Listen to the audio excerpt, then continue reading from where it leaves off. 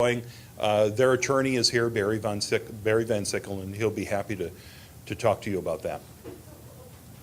Why are you all coming together Today, well, it's the second anniversary of the anonymous movement, and we thought, well, let's mark that in some special way, and that's really why we all gathered together to tell these stories today. Okay, so this is completely separate and apart from law.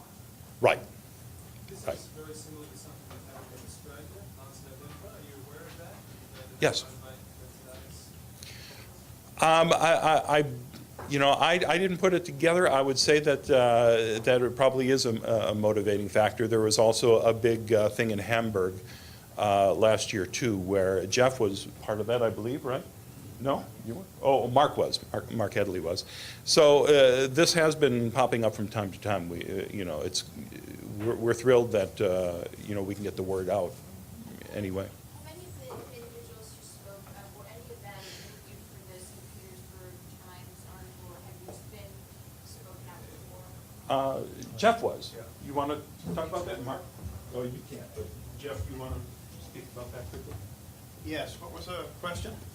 Oh, I just wondered if any of the individuals who spoke had previously been interviewed for the St. Petersburg Times series or any other big newspaper. Yes, I was. I was interviewed for St. Petersburg Times, and I know Mark was as well, and other people that are not here. But there are a lot of people speaking out now. More and more people are speaking out because it's becoming safer to do so. They can't pretty much go after everybody. So. Why do you think there's kind of this momentum now? Because it was partly due to the anonymous movement, because they started these pickets, and that absorbed a lot of church attention, and it also made it safe for individuals to then step forward and say, I was abused, I was abused. That started happening, and then that started snowballing with more and more people speaking out, and now it has become very, very safe to speak out against the church because, like I say, they can't go after everybody. And in previous years, there were so few people speaking out that they could, narrow in on those few people, follow them with private investigators, and harass them until they shut up. And now it's just becoming very, very widespread. And part of the reason for that, I think, is because the church itself is disintegrating. I'll just tell you exactly in my case.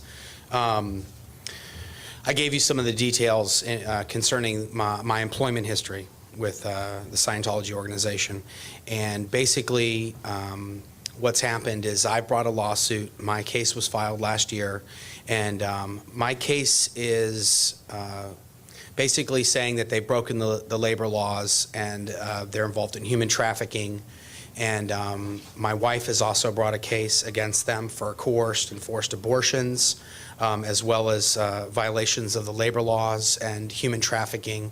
And essentially, what's occurring is that they're producing products, and they're employing people. They're telling the people that work for them, their employees, that they're volunteers and that they don't have to be paid, and they're not paying these people. The reason why I get followed by private investigators, and they've spent millions and millions of dollars fighting my case, is that currently they have 5,000 employees worldwide. They pay each of those people $50 a week. If they were found in violation of labor laws and they were enforced with the Scientology organization, their weekly pay of $250,000 that they spend on labor would go up to nearly $4 million a week, which is, $200 million a year. So this is a very big deal. There's a lot at stake. When I first came out and I first started speaking, I was maybe one of a handful of people that had spoken out against them. And in the years that I've been speaking out against them, I've experienced insane amounts of harassment and intimidation. And the fact that more and more people are coming out, they're getting spread thinner and thinner. And like Jeff said, they can't go after everybody. Now there's approximately anywhere from 20 to 50 people that are now speaking out. And this is occurring in America, this is occurring in Germany, this is occurring in Australia, this is occurring in Europe. It's basically, there's basically the exact same thing. Scientology only has one set of policies, and those are applied worldwide. So if it's happening here in Hemet, California, it's happening in Los Angeles, it's happening in Sacramento, it's happening everywhere. So that's basically, that's what's happening with the cases. The cases are scheduled for a November 2010 trial date right now. That's my case specifically.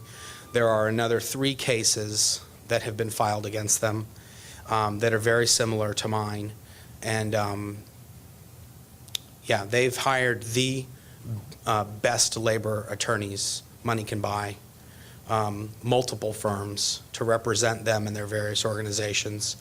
And this is definitely not over. In Australia, is the percentage of Xenophobes back to hold the vote in the federal parliament for Senate inquiry? Yeah, there's basically Would they be investigating the same Church of Scientology as the other side of the world? Does the church you know about that? Would they be managing it from your experience? I'm not aware of how that works, but all of the money from all of the various organizations around the world all goes to the top. So if they're fighting or they're inquiring into Scientology in Australia, they're most definitely inquiring the exact same people that run the organization here in Los Angeles and everywhere around the world. Why don't we pause the Q&A?